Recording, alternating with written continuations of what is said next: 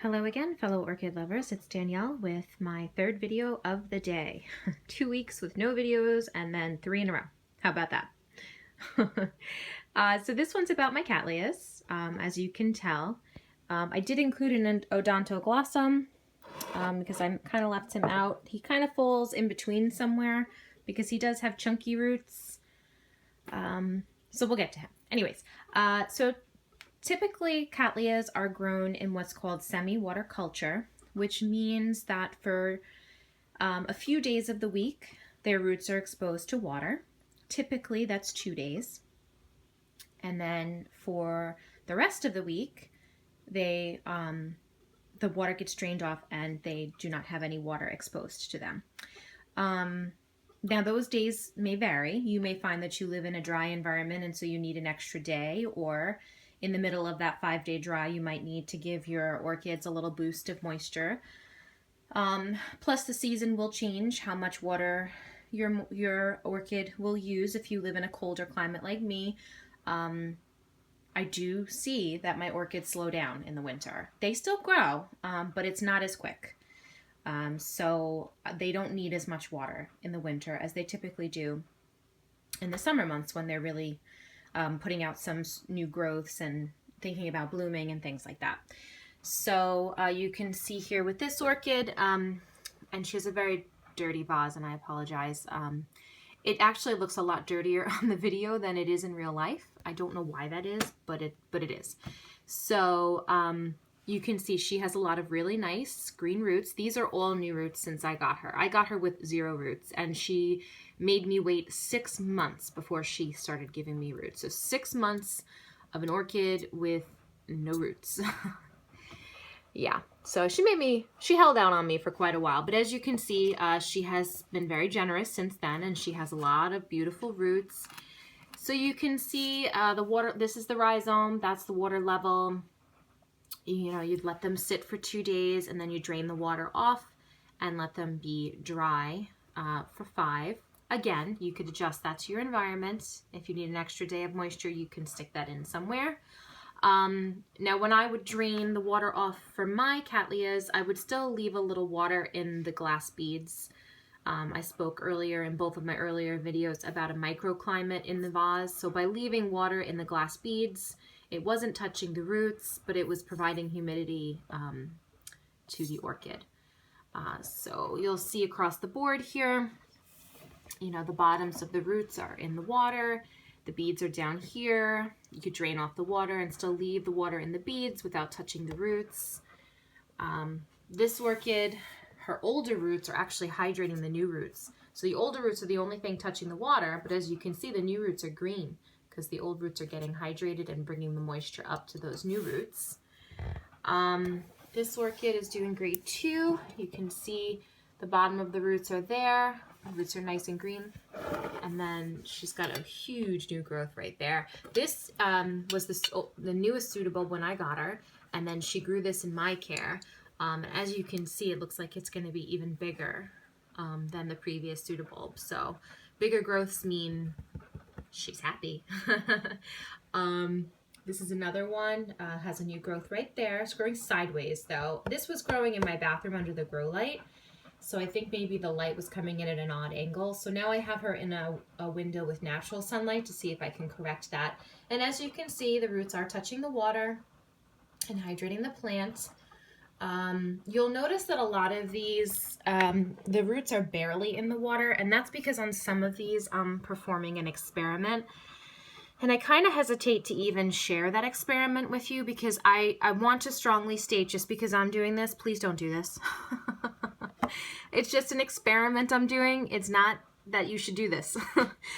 But I follow a lot of people on YouTube that grow in semi-hydro. And semi-hydro is also hydroponics. That's what water culture is, a bare-rooted hydroponics. And in semi-hydro, they would have their vessel, glass, plastic, whatever they choose to use. And there would always be, you know, they would have their media, which is usually the leca beads. And at the bottom of whatever vessel they use, there's always a reservoir of water that keeps the leca beads hydrated. So then the roots of the plant are hydrated. And when an orchid grows roots, it doesn't really say, oh, that's water, I gotta stop growing. No, it grows down into the water. So a lot of people that grow in semi-hydro, the tips of their orchid roots are in water at all times because they have that reservoir. And so I kind of thought long and hard about that, and so I decided to perform an experiment. So, for instance, this orchid is in water all the time, and it's a Cattleya. And I know some people are going to just like reel back in horror at what I just said. But, you know, I've been doing it for 2 months. I'm not doing it with my whole collection. I'm just doing it with certain orchids and seeing how things go. This is like my poster child because, see that root? It's branching. So it can't be mad at me, can it? So as you'll see, not all, I mean, the rhizome's way up here and the water's way down here. So it's just the very tips of the roots that are in water all the time. But I've had no root rot, no pseudobulb rot, nothing like that. The ones that I'm doing this experiment with, I am being so cautious. I check them several times a week. And I know that makes more work for me now, but in the long run, if I can tweak this and grow all of my Cattleyas this way, instead of having to water them, 2 days later, dump the water, 5 days later, water them, 2 days later, dump the water, you know, like it will definitely free up my schedule a little bit because I do work full time and I do have a lot of orchids, not as much as some, but I do have, you know, over 70 orchids. And I do love Cattleyas, so a good portion of that is Cattleyas. So it's an experiment I'm doing right now. And again, please don't do it. I'm just sharing it with you, and I'll let you know how it goes. 2 months in, it's not going bad. I mean, this root is branching. Her new growth is taking off. Like I said, this is her older growth that she had grown at the nursery, and the new growth has already excelled, and it's not even finished growing yet. So I'm not saying that that's definitive proof that this method is going to work. It could go horribly awry at any time. But I am trying to see if this will work. And one of the reasons why I thought it might work was the semi-hydro, but then also this piece of an orchid kind of gave me the indication that maybe this might work. So I got a plant, I would say about 9 to 10 months ago, and she was clearly a division of a larger Cattleya. They didn't advertise her that way, but upon unpotting her, her rhizomes had been cut. She was clearly a division of a larger plant. So this pseudobulb was in the pot with her, but was not connected at all. It had 0 roots. It basically was something you would throw away. And I said to myself, well, it's an opportunity to experiment. If she dies due to my experiment, then she was pretty much at death's door anyways because she had no roots. So for, you know, 8 to 10 months, however long it is that I've had her, I should have looked it up, I'm sorry. She has been in water all day, every day, for months. Now, granted, this water level is a little high. Ever since she developed roots, I've been putting the water level a little high. It's typically just barely in the glass, and she was in a glass that was domed, so the microclimate of humidity was even more around her. But look at this. No roots, and the pseudobulb sitting in water for at least 8 months now. And she got a new growth, and she's getting a ton of new roots. So, you know, typical wisdom tells you don't put a rhizome in water, don't sit a rhizome in water, and you shouldn't. Don't put a rhizome in water, don't let it soak in water. However,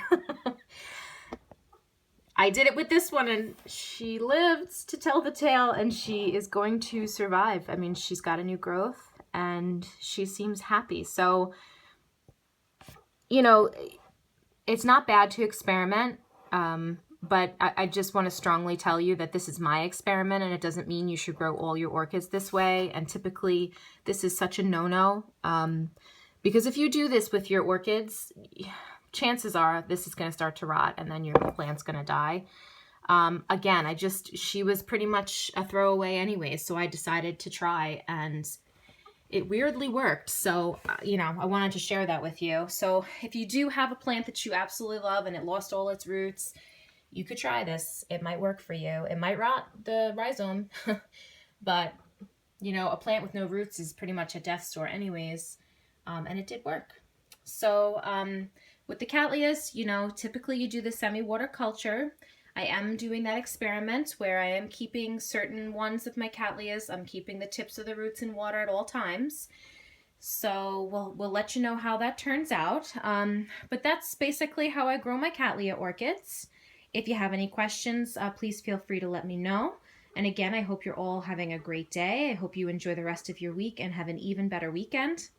And I will talk to you next time.